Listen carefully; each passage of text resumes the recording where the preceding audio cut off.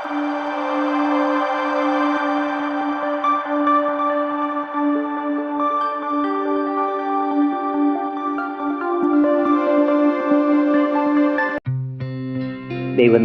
മഹത്വം.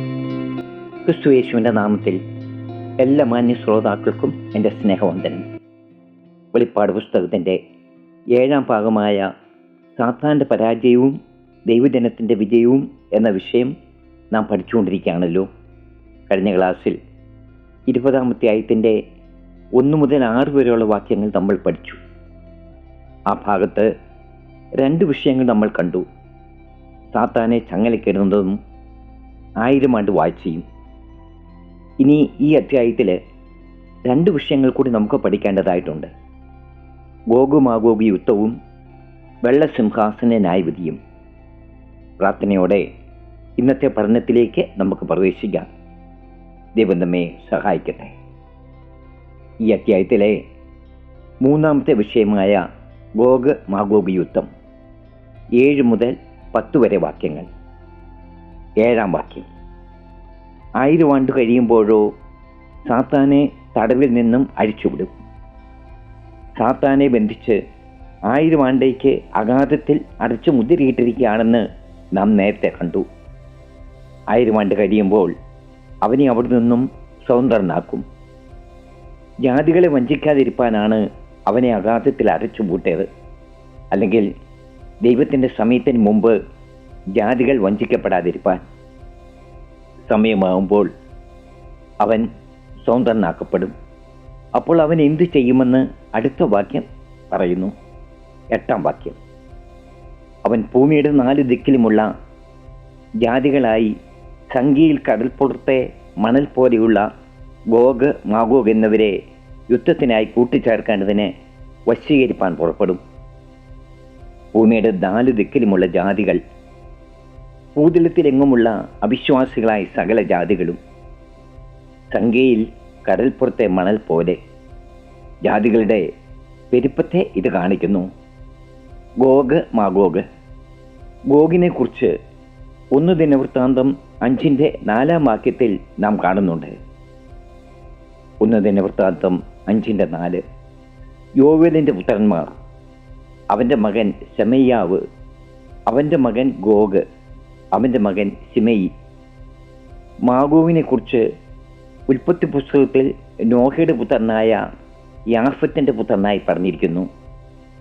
ഉൽപ്പത്തി 10-ന്റെ 2: യാഫത്തിൻ്റെ പുത്രന്മാർ ഗോമർ, മാഗോഗ്, മാദായി, യാവാൻ, തൂബൽ, മേശക്ക്, തീരാസ്. എന്നാൽ യഹസ്കേൽ പ്രവചനത്തിൽ ഈ 2 പേരുകളും ഒന്നിച്ചു പരാമർശിച്ചിരിക്കുന്നത് നമുക്ക് കാണാം. യഹസ്കേൽ 38-ന്റെ 2-3 വാക്യങ്ങൾ: മനുഷ്യപുത്ര, രോശ്, മേശക്ക്, തൂബൽ എന്നിവരുടെ പ്രഭുവായി മാഗോഗ് ദേശത്തിലെ ഗോഗിൻ്റെ നേരെ നീ മുഖം തിരിച്ച് അവനെക്കുറിച്ച് പ്രവചിച്ച് പറയേണ്ടത്: യഹോവയായ കർത്താവ് ഇപ്രകാരം അരുളി ചെയ്യുന്നു, രോശ്, മേശക്, തൂബൽ എന്നിവയുടെ പ്രഭുവായ ഗോഗേ, ഞാൻ നിനക്ക് വിരോധമായിരിക്കുന്നു. രോശ് ബെന്യാമിൻ്റെ പുത്രനാണെന്ന് ഉൽപ്പത്തി പുസ്തകം 46-ന്റെ 21 നമുക്ക് കാണാം. മേശക്ക്, തൂബൽ യാഫത്തിൻ്റെ മക്കളാണെന്ന് ഉൽപ്പത്തി 10-ന്റെ 2 നമ്മൾ കണ്ടു. ഇനി അനേക ജാതികളെക്കുറിച്ച് യഹസ്കേൽ 38-ൽ പറഞ്ഞിരിക്കുന്നത് നമുക്ക് കാണാം. ഈ ജാതികളെല്ലാം ഒന്നിച്ചു കൂട്ടി ഇസ്രായേലിനെതിരെ യുദ്ധം നയിക്കുന്നത് ഗോഗിൻ്റെ നേതൃത്വത്തിലാണെന്ന് ആ അധ്യായത്തിൽ നിന്ന് തന്നെ നമുക്ക് മനസ്സിലാക്കാം.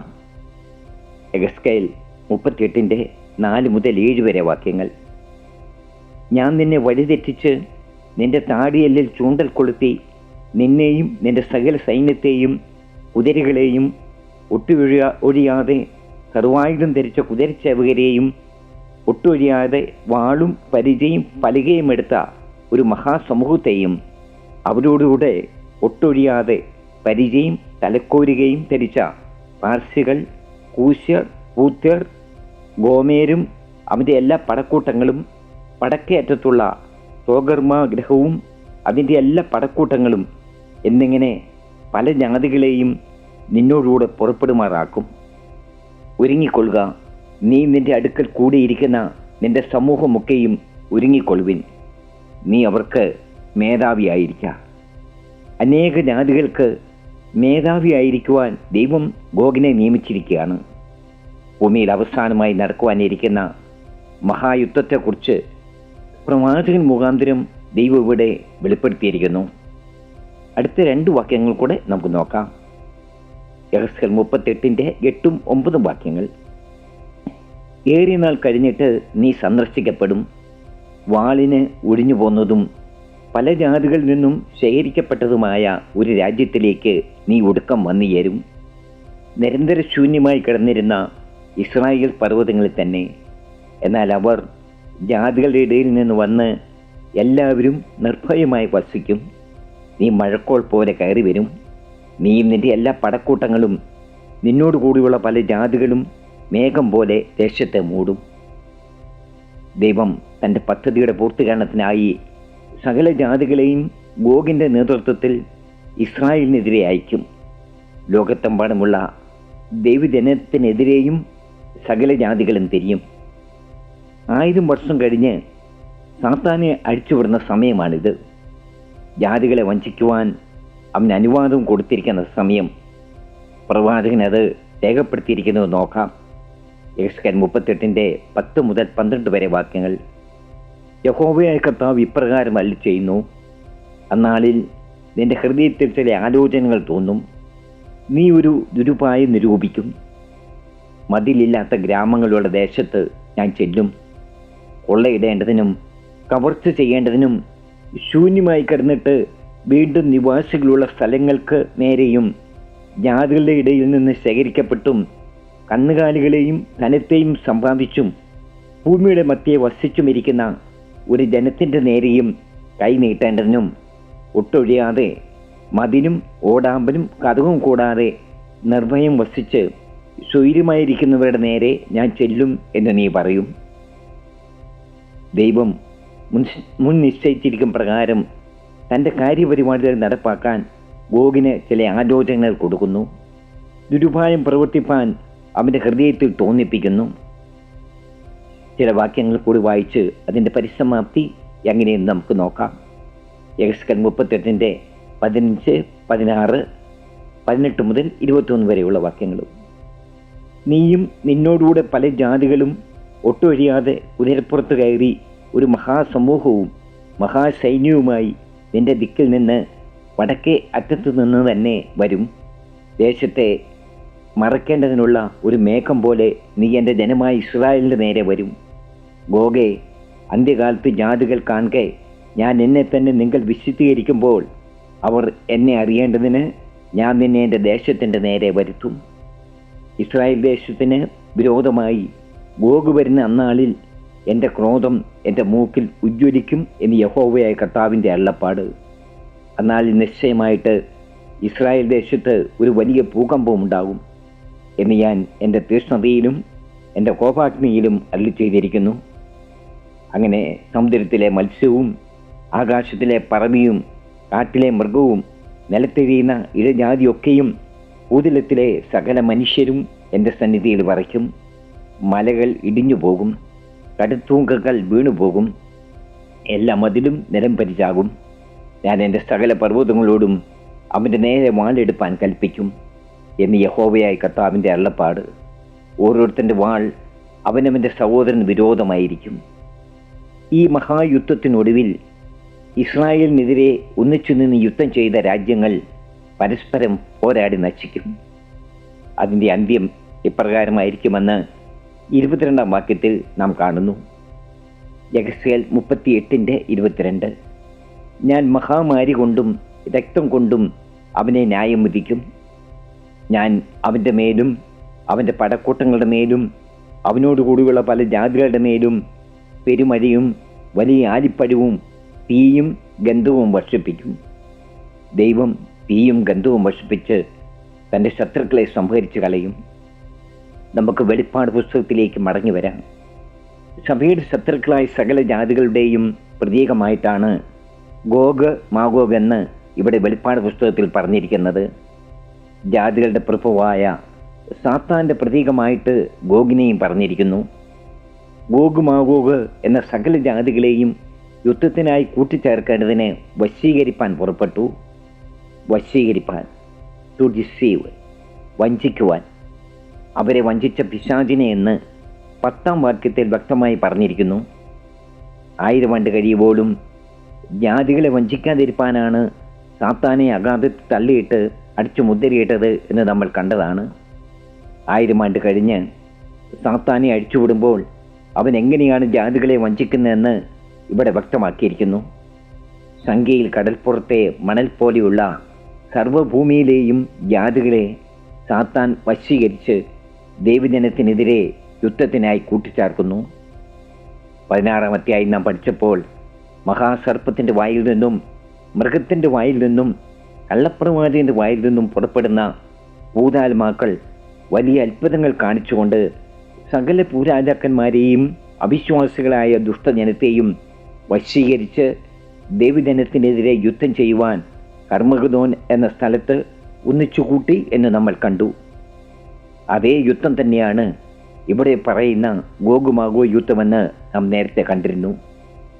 9-ാം വാക്യം, അവർ ഭൂമിയിൽ പരക്കെ ചെന്ന് വിശുദ്ധന്മാരുടെ പാളയത്തെയും പ്രിയ നഗരത്തെയും വളയും. എന്നാൽ ആകാശത്ത് നിന്ന് തീ ഇറങ്ങി അവരെ ദഹിപ്പിച്ചു കളയും. വിശുദ്ധന്മാരുടെ പാളയത്തെയും പ്രിയ നഗരത്തെയും, ഇസ്രായേലിലുൾപ്പെടെ ഭൂമിയിലെ സകല രാജ്യങ്ങളിലും പരദേശവാസികളായി പാർക്കുന്ന ദൈവജനത്തിൻ്റെ അവസ്ഥയെ കാണിക്കുന്ന പ്രയോഗമാണ് ഇത്. കനാൻ യാത്രയിൽ ഇസ്രായേൽ ജനം മരുഭൂമിയിൽ പാളയം മാറ്റി മാറ്റി അടിച്ച് യാത്ര ചെയ്തതിനെ ഇത് ഓർമ്മിപ്പിക്കുന്നു. പ്രിയ നഗരം, വിശുദ്ധ ജനത്തിൻ്റെ ആരാധനാ കേന്ദ്രമായിരുന്ന ജെറുസലേം നഗരം, പുതിയ നിയമസഭയുടെ ജന്മനാട്, അപ്പോസ്തലന്മാരുടെ പ്രവർത്തന കേന്ദ്രം. പുതിയ ജെറുസലേം എന്ന വിശുദ്ധ നഗരം സഭയാണെന്ന് നമുക്കറിയാം. വിശുദ്ധന്മാരുടെ പാളയത്തെയും പ്രിയ നഗരത്തെയും വളയുമെന്ന് പറഞ്ഞാൽ ദൈവമക്കൾ പാർക്കുന്ന അവരുടെ ഭവനങ്ങൾ, അവരുടെ ആരാധനാ കേന്ദ്രങ്ങളായ സഭ, ഇവയെല്ലാം തെരഞ്ഞുപിടിച്ച് ആക്രമിച്ച് നശിപ്പിക്കും എന്ന് നമുക്ക് മനസ്സിലാക്കാം. സകല ഭൂമിയിലുമുള്ള വിശുദ്ധന്മാർക്കെതിരെ അവിശ്വാസികളായി ദുഷ്ടജനം ആക്രമണം നടത്തും. സകല രാജ്യങ്ങളും ഇസ്രായേലിന് രാഷ്ട്രത്തിനെതിരെ യുദ്ധം ചെയ്യുന്ന സമയമാണിത്. ഈ യുദ്ധത്തെക്കുറിച്ച് എസെക്കിയേൽ പ്രവചനം 38-ാം അധ്യായത്തിൽ പൂർണ്ണമായും രേഖപ്പെടുത്തിയിരുന്നത് നമ്മൾ കണ്ടു. 39-ാം അധ്യായത്തിലും ഈ യുദ്ധത്തെക്കുറിച്ചുള്ള പരാമർശം ഉണ്ടെങ്കിലും അത് ഇതിനു മുമ്പ് നടക്കുന്ന ഒരു യുദ്ധമായിട്ടാണ് മനസ്സിലാക്കാൻ പറ്റുന്നത്. വെളിപ്പാട് പുസ്തകത്തിലെ യുദ്ധം സർവശക്തനായ ദൈവത്തിൻ്റെ മഹാദിവസത്തിലെ യുദ്ധമാണ്. പിന്നെ ഭൂമിയോ അതിലെ നിവാസികളോ ഇല്ല. എന്നാൽ യെഹെസ്കേൽ 39 യുദ്ധത്തിന് ശേഷം അവിടെ വീണ്ടും മനുഷ്യവാസം കാണുന്നുണ്ട്. യെഹെസ്കേൽ 39-ന്റെ 11 മുതൽ 13 വരെ വാക്യങ്ങൾ വായിച്ചാൽ നമുക്കിത് മനസ്സിലാകും. ഇവിടെ ദൈവജനത്തോട് യുദ്ധം ചെയ്യുന്ന സകല ജാതികളെയും ആകാശത്ത് നിന്ന് തീയിറങ്ങി ദഹിപ്പിച്ചു കളയും എന്ന് പറഞ്ഞിരിക്കുന്നു. 10-ാം വാക്യം, അവരെ വഞ്ചിച്ച പിശാചിനെ മൃഗവും കള്ളപ്രവാചകനും കിടക്കുന്ന ഗന്ധക തീപ്പൊയിലേക്ക് തള്ളിയിടും. അവർ എന്നേക്കും രാപ്പുകൾ ദണ്ഡനം സഹിക്കേണ്ടി വരും.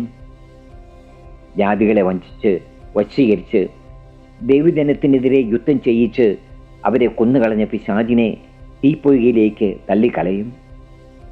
മൃഗത്തെയും കള്ളപ്രവാചകനെയും നേരത്തെ ഈ തീപ്പൊയ്കയിൽ തള്ളിക്കളഞ്ഞിരുന്നല്ലോ. ഇപ്പോൾ സാത്താനും അവിടേക്ക് തള്ളപ്പെട്ടിരിക്കുന്നു. അവർ അവിടെ എന്നേക്കും രാപ്പകൽ ദണ്ഡനം സഹിക്കേണ്ടി വരും. രാപ്പകൽ എല്ലായ്പ്പോഴും നിത്യദണ്ഡനം, അല്ലെങ്കിൽ അവസാനിക്കാത്ത ദണ്ഡനം. ഇനി ഈ അധ്യായത്തിലെ 4-ാമത്തെ വിഷയമായ വെള്ളസിംഹാസന ന്യായവിധി എന്ന വിഷയത്തിലേക്ക് നമുക്ക് വരാം. 11 മുതൽ 15 വരെ വാക്യങ്ങൾ. 11-ാം വാക്യം, ഞാൻ വലിയൊരു വെള്ളസിംഹാസനവും അതിലൊരുത്തൻ ഇരിക്കുന്നതും കണ്ടു. അവൻ്റെ സന്നിധിയിൽ നിന്ന് ഭൂമിയും ആകാശവും ഓടിപ്പോയി, അവയെ പിന്നെ കണ്ടില്ല. വലിയൊരു വെള്ളസിംഹാസനവും അതിലൊരുത്തൻ ഇരിക്കുന്നതുമായ ഒരു ദർശനം അപ്പസ്തോലൻ കാണുകയാണ്. വെള്ളസിംഹാസനം സത്യം, നീതി, വിശുദ്ധി ഇവയുടെ പ്രതീകമാണ് വെള്ള നിറമെന്ന് നമ്മൾ കണ്ടതാണ്. അതുകൊണ്ട് ഈ വെള്ളസിംഹാസനം സത്യത്തിൻ്റെയും നീതിയുടെയും വിശുദ്ധിയുടെയും ഇരിപ്പിടമാണ്. അതിലിരിക്കുന്നവൻ കർത്താവായ യേശു ക്രിസ്തുവാണെന്നുള്ളതിന് സംശയമില്ല. കാരണം അപ്പോസ്തല പ്രവൃത്തികൾ 17:31 താൻ നിയമിച്ച പുരുഷൻ മുഖാന്തരം ലോകത്തെ നീതിയിൽ ന്യായം വിധിപ്പാൻ അവനൊരു ദിവസത്തെ നിശ്ചയിച്ചു എന്ന് പറഞ്ഞിരിക്കുന്നു. ലോകത്തെ നീതിയിൽ ന്യായം വിധിപ്പാൻ ദൈവം നിയമിച്ച പുരുഷൻ തൻ്റെ പുത്രനായ യേശു ക്രിസ്തുവാണല്ലോ. യോഹന്നാൻ 5:22 എല്ലാവരും പിതാവിനെ ബഹുമാനിക്കുന്നത് പോലെ പുത്രനെയും ബഹുമാനിക്കേണ്ടതിന് പിതാവ് ആരെയും ന്യായം വിധിക്കാതെ ന്യായവിധിയെല്ലാം പുത്രന് കൊടുത്തിരിക്കുന്നു എന്ന് കാണുന്നു. പുത്രൻ മുഖാന്തരം ദൈവമാണ് ന്യായവിധി നടത്തുന്നത്. ന്യായവിധിക്കായി ദൈവം നിശ്ചയിച്ച ദിവസം വന്നിരിക്കുന്നു. സിംഹാസനത്തിൽ ഇരിക്കുന്നതിൻ്റെ മുമ്പിൽ നിന്നും ഭൂമിയും ആകാശവും ഓടിപ്പോയി, അവയെ പിന്നെ കണ്ടില്ല എന്ന് പറഞ്ഞിരിക്കുന്നു. ആകാശഭൂമിയുടെ നാശത്തെക്കുറിച്ച് 6, 11, 16, 18 അധ്യായങ്ങളുടെ പഠനത്തിൽ നാം കണ്ടു. അവയ്ക്ക് സമാന്തരമാണ് ഇവിടുത്തെ ഈ പരാമർശം. ആകാശവും ഭൂമിയും ഒഴിഞ്ഞു പോകുമെന്ന് കർത്താവ് പറഞ്ഞിട്ടുണ്ടല്ലോ. പത്രോസ് അപ്പോസ്തലന്റെ ഭാഷയിൽ ആകാശം കൊടുമുഴക്കത്തോടെ ഒഴിഞ്ഞു പോവുകയും ഭൂമിയും അതിൻ്റെ പണികളും വെന്തുപോവുകയും ചെയ്യുമെന്ന് പറഞ്ഞിരിക്കുന്നു. 2 പത്രോസ് 3:10 കർത്താവിൻ്റെ ദിവസമോ കള്ളനെ പോലെ വരും. അന്ന് ആകാശം കൊടുമുഴക്കത്തോടെ ഒഴിഞ്ഞു പോകും, മൂലപദാർത്ഥങ്ങൾ കത്തിയൊഴിയുകയും ഭൂമിയും അതിലുള്ള പണികളും വെന്തുപോവുകയും ചെയ്യും. കർത്താവിൻ്റെ ദിവസം പുസ്തകത്തിൻ്റെ 1-ാം ഭാഗത്ത് തന്നെ നാം ഇത് കണ്ടതാണ്. 1-ാം അധ്യായം 10-ാം വാക്യത്തിൽ പറയുന്ന യോഹന്നാൻ ആത്മവിശുദ്ധയിലായ കർത്തൃ ദിവസമല്ല ഇവിടെ പറയുന്ന കർത്താവിൻ്റെ ദിവസമെന്ന് അന്ന് നമ്മൾ കണ്ടതാണ്. കർത്താവിൻ്റെ ദിവസമെന്ന് വചനം വിശേഷിപ്പിച്ചിരിക്കുന്നത് യഹോവയുടെ ക്രോധ ദിവസത്തെ, അല്ലെങ്കിൽ കർത്താവിൻ്റെ വലുതും ഭയങ്കരവുമായ ദിവസത്തെയാണ്. അത് കർത്താവ് പറഞ്ഞ ഒടുക്കത്തെ നാൾ തന്നെയാണ്. ഒരു വചനഭാഗം കൂടെ വായിക്കാം. സെഫന്യാവ് 1:14 മുതൽ 18 വരെ വാക്യങ്ങൾ. യഹോവയുടെ മഹാദിവസം അടുത്തിരിക്കുന്നു, അത് അടുത്ത് അത്യന്തം ബന്ധപ്പെട്ട് വരുന്നു. കേട്ടോ, യഹോവയുടെ ദിവസം, വീരൻ അവിടെ കഠിനമായി നിലവിളിക്കുന്നു. ആ ദിവസം ക്രോധ ദിവസം, കഷ്ടവും സങ്കടവുമുള്ള ദിവസം, ശൂന്യതയും നാശവുമുള്ള ദിവസം, ഇരുട്ടും അന്ധകാരവുമുള്ള ദിവസം, മേഘവും മൂടലുമുള്ള ദിവസം, ഉറപ്പുള്ള പട്ടണങ്ങൾക്കും ഉയരമുള്ള കൊത്തളങ്ങൾക്കും വിരോധമായി കാഹളനാദവും ആരവുമുള്ള ദിവസം തന്നെ. മനുഷ്യർ കുരുടന്മാരെ പോലെ നടക്കത്തക്കവണ്ണം ഞാൻ അവർക്ക് കഷ്ടത വരുത്തും. അവർ യഹോവയോട് പാപം ചെയ്തുവല്ലോ. അവരുടെ രക്തം പൊടി പോലെയും അവരുടെ മാംസം കാഷ്ടം പോലെയും ചൊരിയും. യഹോവയുടെ ക്രോധ ദിവസത്തിൽ അവരുടെ വെള്ളിക്കും പൊന്നിനും അവരെ രക്ഷിപ്പാൻ കഴിയുകയില്ല. സർവ്വഭൂമിയും അവൻ്റെ തീക്ഷ്ണതാഗ്നിക്ക് ഇരയായിത്തീരും. സകല ഭൂവാസികൾക്കും അവൻ ശീഘ്ര സംഹാരം വരുത്തും. സർവ്വഭൂമിയും അവൻ്റെ തീക്ഷ്ണതാഗ്നിക്ക് ഇരയായിത്തീർന്ന ശേഷം സകല ഭൂവാസികളെയും സംഹരിച്ച ശേഷമുള്ള രംഗമാണ് അപ്പോസ്തലൻ കാണുന്ന വെള്ളസിംഹാസനവും അതിൽ അന്ത്യന്യായവിധിക്കായി ആസനസ്ഥനായിരിക്കുന്ന കർത്താവായ യേശു ക്രിസ്തുവിൻ്റെ ദർശനവും. 12-ാം വാക്യം. മരിച്ചവർ ആബാലവൃത്തം സിംഹാസനത്തിന് മുമ്പിൽ നിൽക്കുന്നതും കണ്ടു. പുസ്തകങ്ങൾ തുറന്നു. ജീവന്റെ പുസ്തകം എന്ന മറ്റൊരു പുസ്തകവും തുറന്നു. പുസ്തകങ്ങളിൽ എഴുതിയിരുന്നതിനൊത്തവണ്ണം മരിച്ചവർക്ക് അവരുടെ പ്രവൃത്തികൾക്കടുത്ത ന്യായവിധി ഉണ്ടായി. ന്യായവിധി, ന്യായമായ വിധിയാണിത്. ശിക്ഷാവിധിയാണെന്ന് പലരും തെറ്റിദ്ധരിച്ചിട്ടുണ്ട്. ബൈബിളിലെ ചില ഭാഷാപ്രയോഗം തന്നെയാണ് അതിന് കാരണം. ഉദാഹരണങ്ങൾ നോക്കാം. യോഹന്നാൻ 3:18 അവനിൽ വിശ്വസിക്കുന്നവന് ന്യായവിധിയില്ല. വിശ്വസിക്കാത്തവന് ദൈവത്തിൻ്റെ ഏകജാതനായ പുത്രൻ്റെ നാമത്തിൽ വിശ്വസിക്കായികയാൽ ന്യായവിധി വന്നു കഴിഞ്ഞു. അവനിൽ വിശ്വസിക്കുന്നവന് ശിക്ഷാവിധിയില്ല എന്നാണ് മനസ്സിലാക്കേണ്ടത്. ഇംഗ്ലീഷിൽ കണ്ടംനേഷൻ എന്നാണ് എഴുതിയിരിക്കുന്നത്. ശിക്ഷാവിധി ഇല്ല, എന്നാൽ അവന് ന്യായവിധിയുണ്ട്. ഒരു വാക്യം കൂടെ, റോമർ 8:1 അതുകൊണ്ടിപ്പോൾ ക്രിസ്തുവേശുള്ളവർക്ക് ഒരു ശിക്ഷാവിധിയുമില്ല. ശിക്ഷാവിധിയില്ല, എന്നാൽ അവർക്ക് ന്യായവിധിയുണ്ട്. ചില വാക്യങ്ങൾ പറയാം. റോമർ 14:10 എന്നാൽ നീ സഹോദരനെ വിധിക്കുന്നതെന്ത്? അല്ല, നീ സഹോദരനെ ധിക്കരിക്കുന്നതെന്ത്? നാം എല്ലാവരും ദൈവത്തിൻ്റെ ന്യായാസനത്തിന് മുമ്പാകെ നിൽക്കേണ്ടി വരും. നാം എല്ലാവരും എന്ന് പ്രയോഗം ശ്രദ്ധിക്കുക. അപ്പോസ്തലനും ദൈവജനവും ദൈവത്തിൻ്റെ ന്യായാസനത്തിന് മുമ്പിൽ നിൽക്കേണ്ടി വരുമെന്ന്. 2 കൊരിന്ത്യർ 5:10 അവനവൻ ശരീരത്തിൽ ഇരിക്കുമ്പോൾ ചെയ്തത് നല്ലതാകിലും തീയതാകിലും അതിനെ തക്കവണ്ണം പ്രാപിക്കേണ്ടതിന് നാം എല്ലാവരും ക്രിസ്തുവിൻ്റെ ന്യായാസനത്തിന് മുമ്പാകെ വെളിപ്പെടേണ്ടതാകുന്നു. ഇവിടെയും സകല മനുഷ്യരും ന്യായാസനത്തിന് മുമ്പിൽ വെളിപ്പെടേണ്ടതാകുന്നു എന്ന് പറഞ്ഞിരിക്കുന്നു. എബ്രായർ 9:27 ഒരിക്കൽ മരിക്കുകയും പിന്നെ ന്യായവിധിയും മനുഷ്യർക്ക് നിയമിച്ചിരിക്കയാൽ എന്ന് പറയുന്നു. ഇതിൽ വിശ്വാസികളും അവിശ്വാസികളുമായ സകല മനുഷ്യരും ഉൾപ്പെടുമല്ലോ. ന്യായവിധിക്ക് മുമ്പിൽ സകല മനുഷ്യരും നിൽക്കണം. ഓരോരുത്തരും അവനവൻ്റെ പ്രവൃത്തിക്കനുസരിച്ച് ന്യായം വിധിക്കും. ചിലർക്ക് ശിക്ഷ കൽപ്പിച്ചുകൊണ്ടുള്ള വിധിയായിരിക്കും, ചിലരെ ശിക്ഷയിൽ നിന്നും മോചിപ്പിച്ചുകൊണ്ടുള്ള വിധിയായിരിക്കും. എന്താണെങ്കിലും ന്യായമായ വിധിയായിരിക്കും.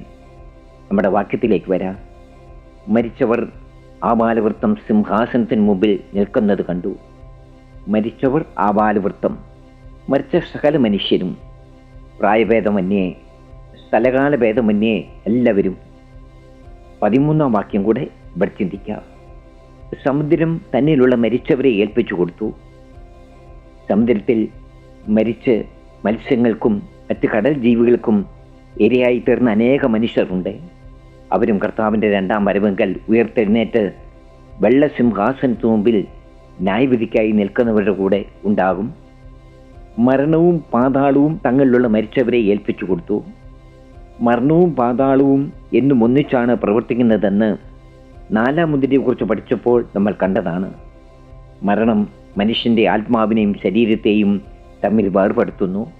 പാതാളം ആത്മാക്കളെ ശേഖരിച്ച് തന്നെ സൂക്ഷിക്കുന്നു.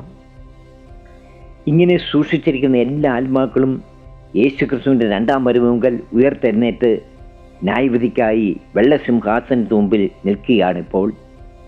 എന്നാൽ വെള്ളസിംഹാസനത്തിന് മുമ്പിൽ നിൽക്കുന്നവരെല്ലാം ദുഷ്ടന്മാരും നിത്യനരകത്തിന് യോഗ്യരുമാണെന്നാണ് വ്യാഖ്യാതാക്കളിൽ ഭൂരിഭാഗവും പറയുന്നത്. നമുക്ക് പരിശോധിക്കാം.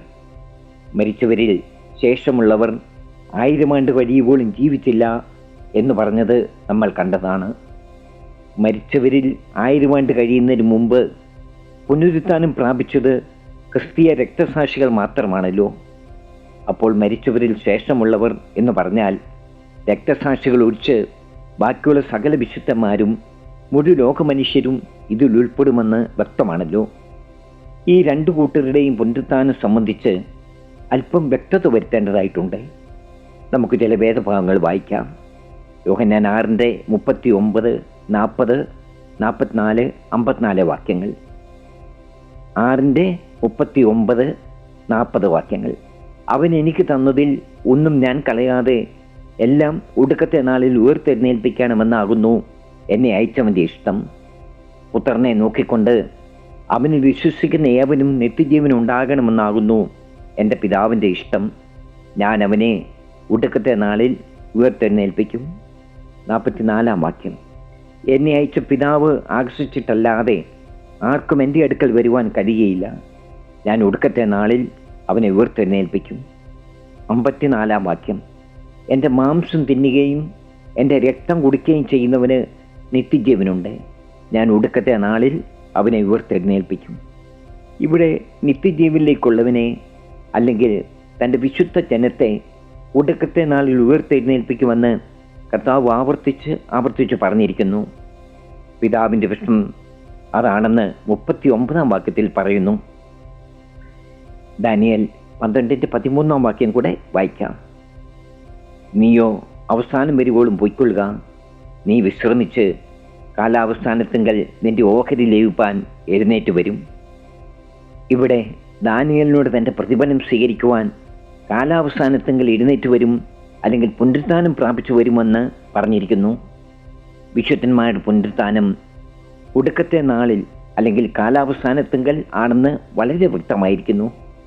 കർത്താവായ യേശുക്രിസ്തുവിന്റെ 2ാം വരവെങ്കൽ അല്ലെങ്കിൽ ഒടുക്കത്തെ നാളിൽ വിശുദ്ധന്മാരിൽ മരിച്ചവർ ഉയർത്തെഴുന്നേറ്റും ജീവനോടെ ഇരിക്കുന്നവർ രൂപാന്തരപ്പെട്ടും മേഘങ്ങളിൽ എടുക്കപ്പെടുന്നതിൻ്റെ പിന്നാലെ ഭൂമിയിൽ ദൈവക്രോധത്തിനിരയാകുന്ന സകല ദുഷ്ടജനവും പുനരുത്ഥാനം പ്രാപിച്ച് ക്രിസ്തുവിൻ്റെ ന്യായാസനത്തിന് മുമ്പിൽ നിൽക്കും. ഈ വിഷയത്തോടുള്ള ബന്ധത്തിൽ ഒരു വാക്യം കൂടെ വായിച്ച് നമുക്ക് വ്യക്തത വരുത്താം. 2 തെസ്സലോനിക്കർ ലേഖനം 1-ാം അധ്യായം 6 മുതൽ 10 വരെയുള്ള വാക്യങ്ങൾ. കർത്താവായ യേശു തൻ്റെ ശക്തിയുള്ള ദൂതന്മാരുമായി സ്വർഗത്തിൽ നിന്ന് അഗ്നിജാലിൽ പ്രത്യക്ഷനായി ദൈവത്തെ അറിയാത്തവർക്കും നമ്മുടെ കർത്താവായ യേശുവിൻ്റെ സുവിശേഷം അനുസരിക്കാത്തവർക്കും പ്രതികാരം കൊടുക്കുമ്പോൾ, നിങ്ങളെ പീഡിപ്പിക്കുന്നവർക്ക് പീഡയും പീഡ അനുഭവിക്കുന്ന നിങ്ങൾക്ക് ഞങ്ങളോടുകൂടി ആശ്വാസവും പകരം നൽകുന്നത് ദൈവസന്നിധിയിൽ നീതിയല്ലോ. ആ നാളിൽ അവൻ തൻ്റെ വിശുദ്ധന്മാരിൽ മഹത്വപ്പെടേണ്ടതിനും ഞങ്ങളുടെ സാക്ഷ്യം നിങ്ങൾ വിശ്വസിച്ച പോലെ വിശ്വസിച്ച എല്ലാവരിലും താൻ അതിശയ വിഷയമാകേണ്ടതിനും വരുമ്പോൾ, സുവിശേഷം അനുസരിക്കാത്തവർ കർത്താവിൻ്റെ സന്നിധാനവും അവൻ്റെ വല്ലഭത്വത്തോടുകൂടിയ മഹത്വവും വിട്ടകന്ന് നിത്യനാശമെന്ന ശിക്ഷാവിധി അനുഭവിക്കും. 9-ഉം 10-ഉം വാക്യങ്ങൾ ശ്രദ്ധിക്കുക. നീതിമാന്മാർക്കും നീതികെട്ടവർക്കും ന്യായവിധിയും പ്രതിഫലം നൽകലും എല്ലാം ഒരേ നാളിൽ തന്നെയാണെന്ന് വ്യക്തമാകുന്നു. ഈ വചനങ്ങളിൽ നിന്നെല്ലാം വെള്ളസിംഹാസനത്തിന് മുമ്പിൽ നിൽക്കുന്ന ആബാലവൃത്തം ജനങ്ങളിൽ അവിശ്വാസികളായി ദുഷ്ടജനം മാത്രമല്ല, വിശ്വാസികളായി ദൈവജനവും ഉണ്ടെന്ന് വ്യക്തമാകുന്നു. ബാക്കി നോക്കാം. പുസ്തകങ്ങൾ തുറന്നു. ജീവൻ്റെ പുസ്തകം എന്ന മറ്റൊരു പുസ്തകവും തുറന്നു. പുസ്തകങ്ങളിൽ എഴുതിയിരിക്കുന്നതിന് ഒത്തവണ്ണം മരിച്ചവർക്ക് അവരുടെ പ്രവൃത്തികൾക്കടുത്ത ന്യായവിധി ഉണ്ടായി. പുസ്തകങ്ങൾ തുറന്നു. മരിച്ചവരുടെ ന്യായവിധി പുസ്തകങ്ങളിൽ എഴുതിയിരിക്കുന്ന അവരുടെ പ്രവൃത്തികൾക്ക് തക്കവണ്ണം ആണെന്ന് പറഞ്ഞിരിക്കുന്നു. സ്വർഗത്തിലെ പുസ്തകങ്ങളെക്കുറിച്ച് കൂടുതലൊന്നും നമുക്ക് വെളിപ്പെടുത്തി തന്നിട്ടില്ല. നിത്യജീവന് അർഹരാകുന്നവരുടെ പേരുകൾ എഴുതുന്ന ജീവപുസ്തകത്തെക്കുറിച്ച് പുതിയ നിയമത്തിൽ വെളിപ്പെടുത്തിയിരിക്കുന്നത് നമുക്കറിയാം. ഫിലിപ്പിയർ 4:3, വെളിപ്പാട് 3, 13, 17, 20, 21 എന്നീ അധ്യായങ്ങളിലും. ദൈവവചനത്തിൽ പറയുന്ന മറ്റു ചില പുസ്തകങ്ങൾ. പുറപ്പാട് പുസ്തകം 32-ന്റെ 32-ഉം 33-ഉം വാക്യങ്ങൾ. എങ്കിലും നീ അവരുടെ പാപം ക്ഷമിക്കണമേ, അല്ലെങ്കിൽ നീ എഴുതിയ നിന്റെ പുസ്തകത്തിൽ നിന്ന് എൻ്റെ പേർ മായ്ച്ചു കളയണമേ.